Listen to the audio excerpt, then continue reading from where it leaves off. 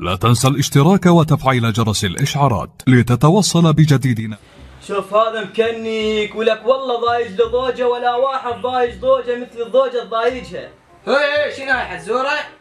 لا يا حزورة ولك بس يعني جاي اقول لك ضايج لضوجة ولا واحد ضايج. انت ولك راسك بالنعال. انت شكو عليك راسك بالشمس ورجليك بالقاع. شلون؟ لا يعني نايم ورجليك بالقاع. شنو السالفة ولك؟ هاي ايش بيك ولك؟ يعني هذا المثل انه يقول له نايم. عرفتها عاد هذا النايم وراسه بالشمس. يا عفوا خطولي يلا. اقول لك جوعان. ما تروح خلي اسوي لك غدا. ما عندهم غاز. روح لك بالمحل واشتري. قبل شوية رحت له معزل. جاي يسوي لك؟ انت حتى مو بحالي ما تدري ضايج لضوجة ولا واحد. لكن هات تجيب لك كذا بس اسكت راح للحمزة.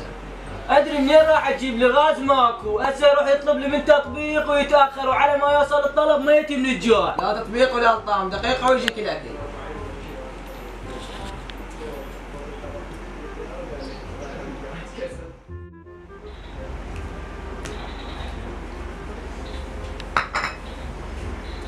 ها شلون سويتهم ما عندنا غاز؟ صح ما عندنا غاز بس عندنا شمس.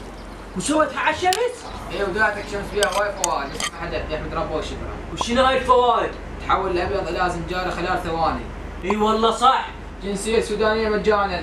اي والله صح. ما يحارب من 6 الصبح ل 8 بالليل، ولا تشغل جيزر ولا تصرف كهرباء. اي والله صح.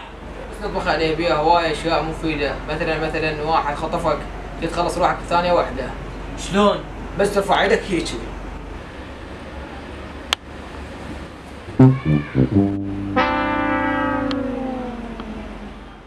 شرفك دوسي على الدقمة، دوس على الدقمة ايش خسران؟